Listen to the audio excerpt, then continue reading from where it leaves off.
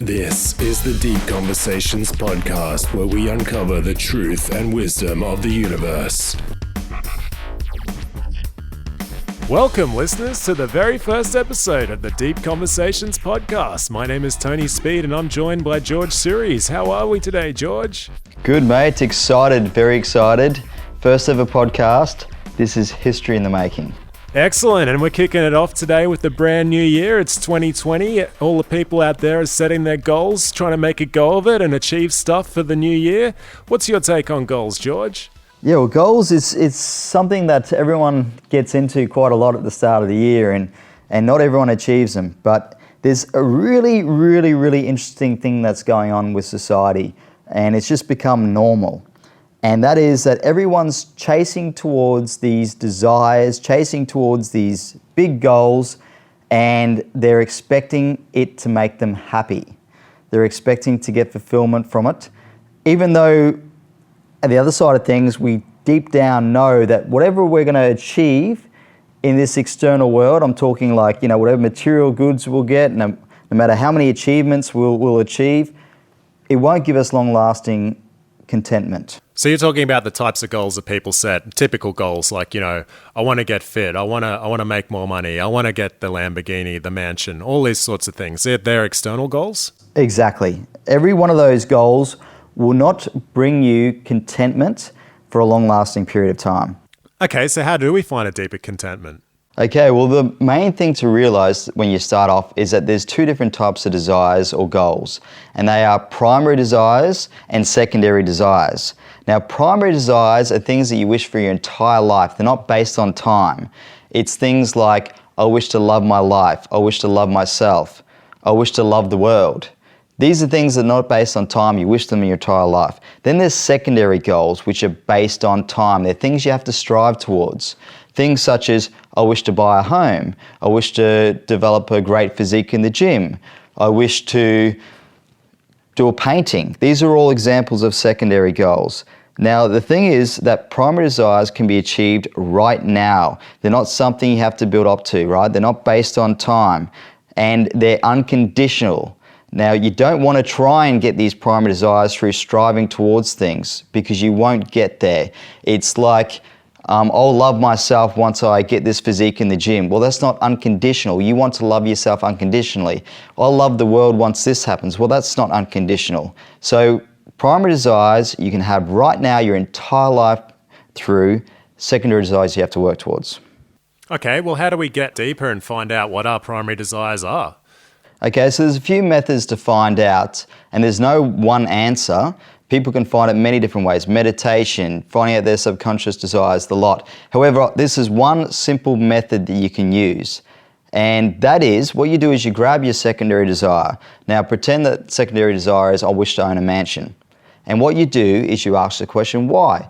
Why do you wish to own this mansion for? And you might have some answers come to you, such as, I wish the admiration of others, or I wish to live a great lifestyle. And you get deeper again. Why do you wish to live a great lifestyle? Why do you wish the admiration of others? And that might come back to love. I want to, love my life. That's why I want to have a great lifestyle, or I want to be loved. So basically, you find out the primary desires just by getting deeper and deeper until you find it. Because most secondary desires we have actually has a primary desire underlying it, which we're actually really going towards. This is a funny thing. People think they're going towards a mansion. They're actually going towards a primary desire, which is really funny, because this is what society is doing. It's teaching people, go towards these secondary desires when you can have what you truly want, these primary desires, right now. You don't have to build up to them. You can have them every single second of your life. From my experience, I have had, quite lofty secondary goals in the past, and I have been very sort of externally goal focused. What I've found helpful doing this process is just really paring it back, especially with creativity. So, I have goals of being a filmmaker, producing my own films, and they're quite lofty secondary goals. What I find is that if I actually sort of go deeper and say, okay, well, why do I want these secondary goals? I want the experience of being creative. I want to be in that feeling of being in the moment and creating things and using my imagination and all that sort of thing. And that is really my primary desire, or one of my primary desires. And I feel like once I'm in those states of creativity, I feel like, in many ways, the secondary goals become irrelevant because I have achieved everything by connecting to that experience. Exactly, because like the amazing thing is when you're in that state, right, you're enjoying the moment, you're being completely present, and it doesn't matter if the end goal even happens because you've had fun along the way. You've got to enjoy the journey and enjoy the actual process. And then if it works out, fantastic. There's the icing on the cake. If it doesn't work out, if your book's not a huge success or the movie's not a huge success or your music or whatever a person is doing, well, they've still enjoyed their lives, right? I mean, there's no end point in life anyway. Our lives are just little collections of moments that we're here to enjoy. There's not going to be, okay, I've reached my deathbed now, I've finally made it. There is no end destination. So you've got to enjoy along the way, and the primary desires are there because you wish to have them your entire life through. That's what makes a good life. We all want to have a good life, and you won't realize how great your life is if you don't have your primary desires. Do people have different primary desires? Because, I have identified my primary desires as being, having an experience of being creative, being closer to nature, having love in my life, having, good friendship networks. I think these are sort of, primary needs. I mean, if you talk about, say, Maslow's hierarchy of needs, there are certain things that, humans need to feel satisfied or to sustain their life. And as you move up through the hierarchy, you get more towards, the higher needs, which could be similar to what you talk about with primary desires, the desire to be sort of self-actualized, which could involve creativity or a connection to nature or a feeling of being in love or that sort of thing. So, what are your thoughts on that? I think humans, we have a lot of fundamentals the same. Now, we're different species, have different things that they're chasing. We, however, every human wants to self-actualize, which is at the peak of Maslow's hierarchy. Every human wishes to have love, and that's to love their life, to love themselves. These are all basic human needs and primary desires. I think fundamentally, everything comes back to love. It's kind of like light comes through and then all the colors are made from a beam of light.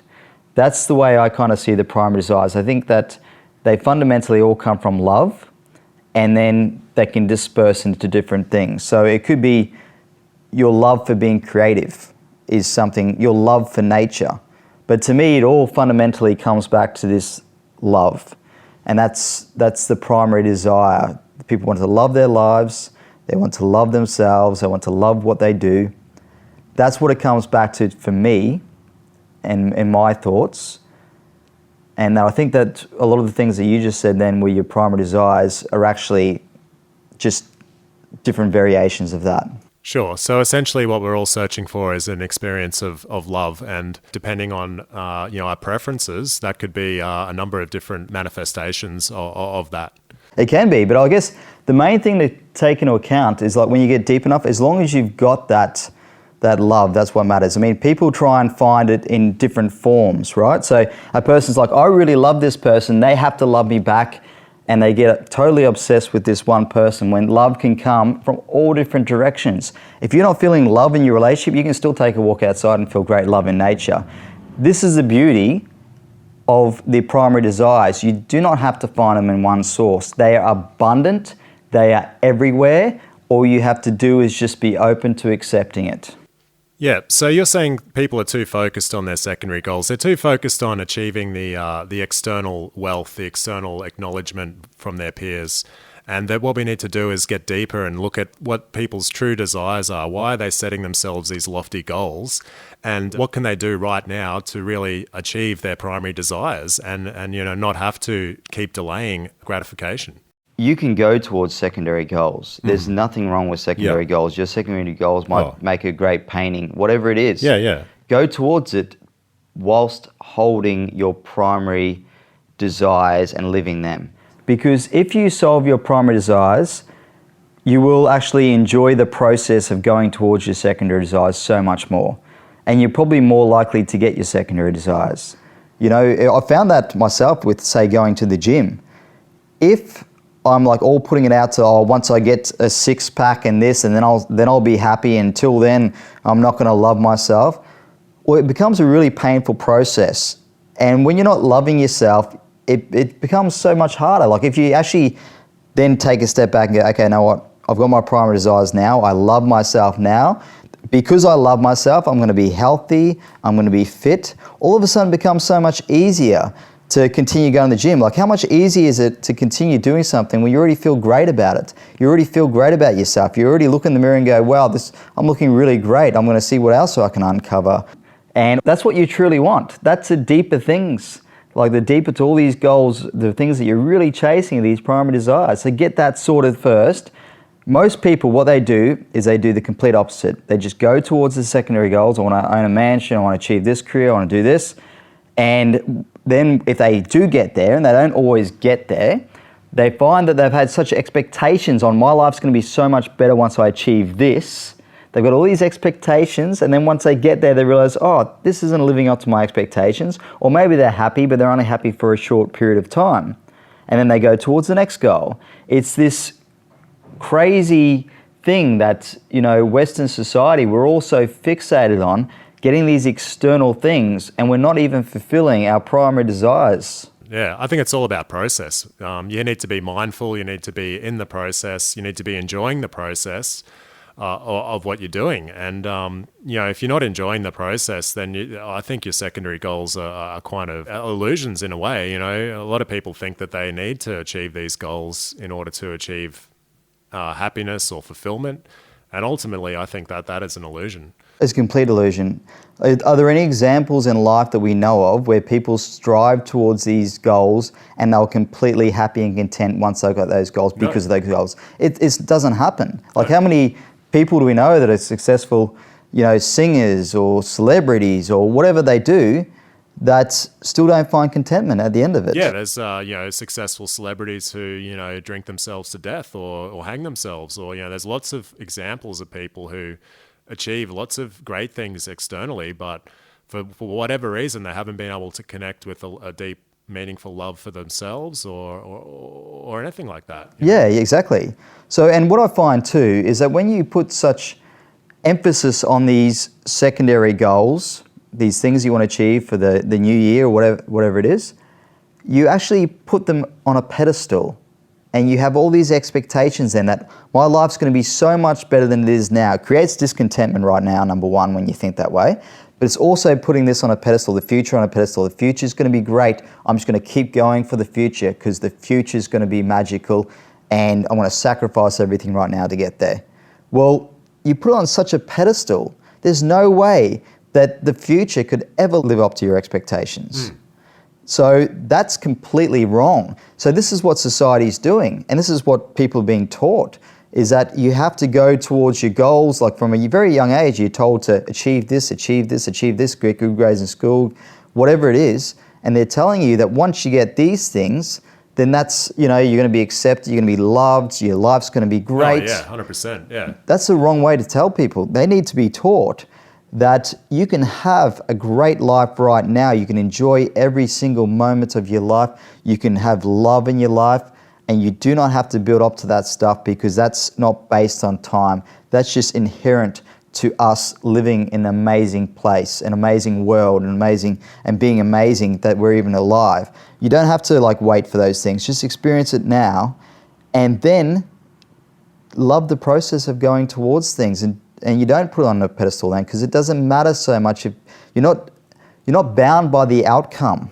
You're just going towards things that you desire, and you're not bound by them happening because you know that you're completely content and fulfilled right now. Yeah, no, it reminds me of a story that I heard in an interview with the Beatles once, and they were asking them, how they produce such good music, and I think the answer was they just do what make the music that makes them happy. Exactly. They just play music that gets them off, and the process of doing that, then there's other people who enjoy it as well. So I think if you're an artist or a creative, just do what you enjoy, and enjoy the creative process. Be in the moment, and don't think about achievements or secondary goals related to your art. that's an illusion. That's a distraction. The idea is to get pleasure out of being in the moment and being creative. Yeah, I mean, you can have the secondary goal there as a sign, like a post that you want to get to, or like a direction type thing. But it doesn't really matter if you even get there. You've got it there. But ultimately, you're focusing right now. You're just kind of like, okay, that's it there. But right now, this is what's happening. And you're more likely to actually achieve your secondary goal. That's the that is the paradox, really. Yeah, it's amazing. The less you focus on that secondary goal, and the more you're in the moment, and more you're mindful of the process, then the more likely you are to actually achieve those things in the external world. So, exactly. Like Kelly Slater said, I read one of his books, and he was talking about. He found it really hard after a while because he was so focused on winning the championship that it was actually affecting his ability.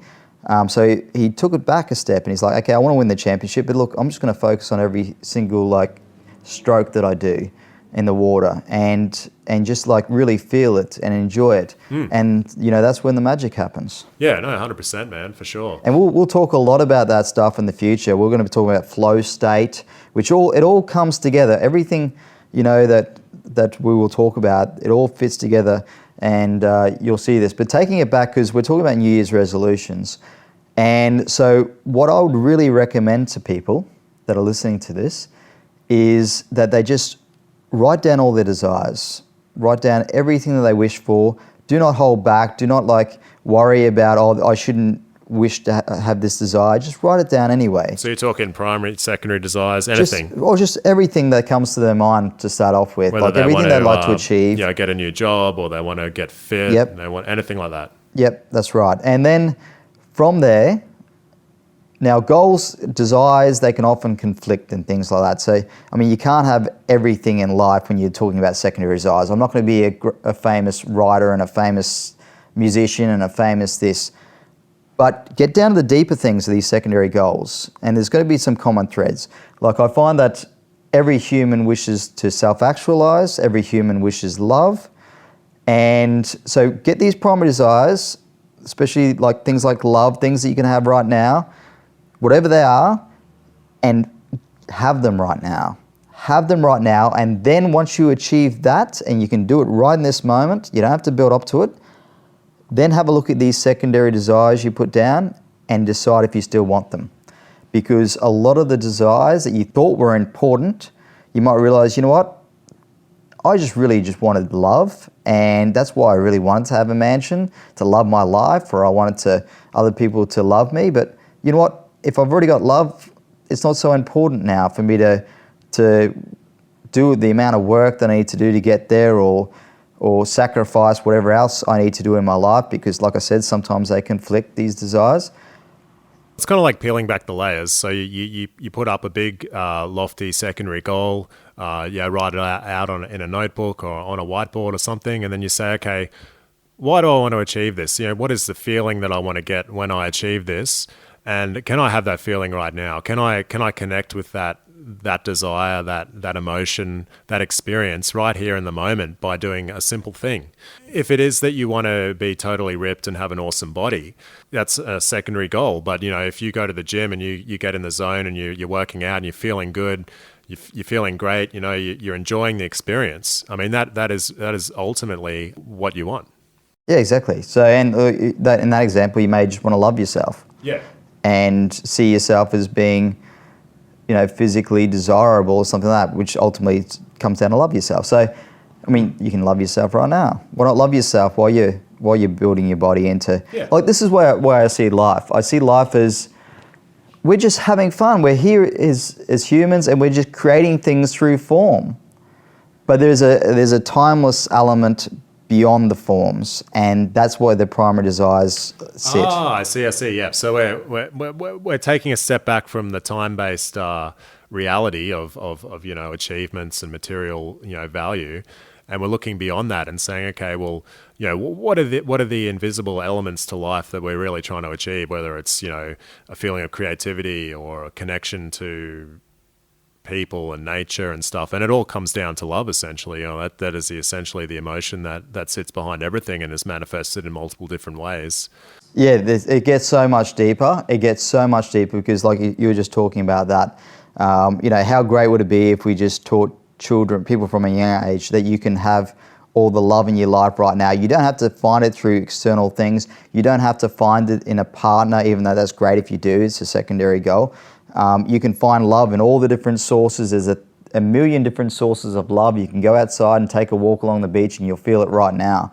So if only we could teach people, they don't have to, it doesn't matter so much what they achieve in life because they're already perfect, they're already great. And what you achieve elsewhere, other than that, that's great, that's all fun, that you're just having fun with life, and that's what it's meant to be.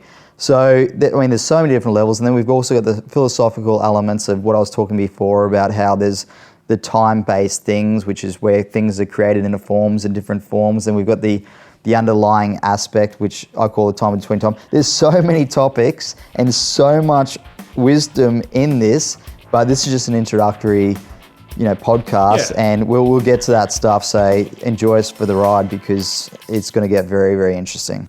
All right, well, that's it for the very first Deep Conversations podcast. My name is Tony Speed. I was here with my co-host George Suries, and you can catch us every Sunday night, where we're going to go deep into lots of different topics and try and uncover the truth and wisdom of the universe.